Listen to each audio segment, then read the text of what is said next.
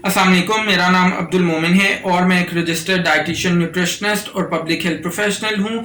आज जिस fat diet के बारे में हम बात करने जा रहे हैं उसका नाम है अल्कलीन डाइट या एसिड अल्कलीन डाइट, या इसको अल्कलीन ऐश डाइट भी कहा जाता है। सो जनाब, बेसिकली इस किस्म की ग़िज़ा का कायदा ये है कि जब हम तेज़ाबियत वाले खानों की तरफ से, यानी एसिडिक फूड से हम शिफ्ट हो जाते हैं अल्कलीन फूड्स की तरफ, तो हमारी जो सेहत है वो बेसिकली बेहतर हो जाती है।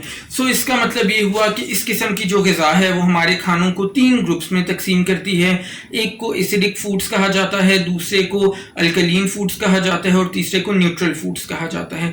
जब हम एसिडिक फूड्स की बात करते हैं तो इसके अंदर गोश्त, मुर्गी, मछली, दूध या दूध से बनी हुई अशिया, अंडे, फिर ग्रेन्स यानी चने वगैरह और अल्कोहल ये आते हैं। अल्कलीन फूड्स की जब हम बात करते हैं तो इसके अंदर तमाम तरह के फल, तमाम तरह की सब्जियां, जितने हमारे नट्स होते हैं और जो लेग्यूम्स है वो आते हैं।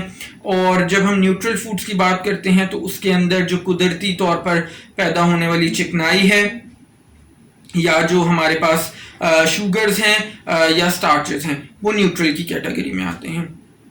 अगर हम पीएच के लिहाज से बात करें तो एसिडिक जो ग्रुप है उसके खानों, जो उसके अंदर खाने की अशिया हैं, उनकी पीएच 0 से लेके 6.9 तक। जो अल्कलीन ग्रुप है वहाँ पे पीएच 7.1 से लेके 14 तक। और जाहिर है कि जो न्यूट्रल फूड ग्रुप्स हैं वहाँ पे उन अशिया की जो पीएच है वो तकरीबन 7 के करीब है। अगर हम बात करें अपने मैदे यानी स्टमक की, तो उसकी जो पीएच है वो 2 से लेके 3.5 तक होती है। और जो हमारा खून है उसकी पीएच 7.36 से लेके 7.44 तक होती है। अब जो तहकीक है उससे साबित ये हुआ है कि जो फूड या जो खाना हम खाते हैं उसका असर हमारी पेशाब की पीएच पर तो होता है, लेकिन हमारे खून की पीएच पर उसका कोई ख़ास ज़्यादा असर नहीं होता।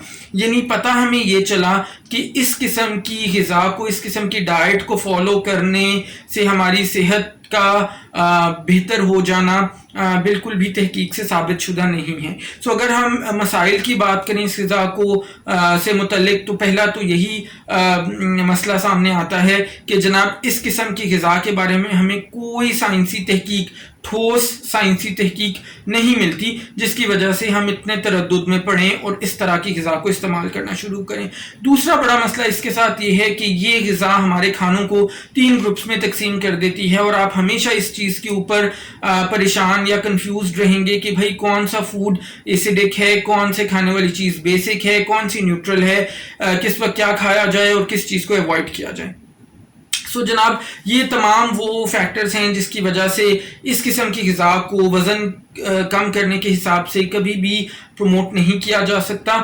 और जब भी आपको वज़न कम करना हो तो उसके लिए आप नेचुरल तरीक़ों को इस्तेमाल कर सकते हैं। मुझे उम्मीद है कि आपको वीडियो पसंद आई होगी। अगर आई है तो इस वीडियो को ज़रूर लाइक करें और बाकी लोगों के साथ शेयर करें, सो दैट बाकी लोगों का भी फ़ायदा हो सके। अगर चैनल पर पहली बार हैं तो इस चैनल को सब्सक्राइब करके बेल आइकॉन को हिट कर दें, सो दैट आने वाली तमाम वीडियोज़ आपको बर वक्त मिल सकें। अपना ख्याल रखिएगा। इंशाल्लाह नेक्स्ट वीडियो में मुलाकात होगी। अल्लाह हाफ़िज़।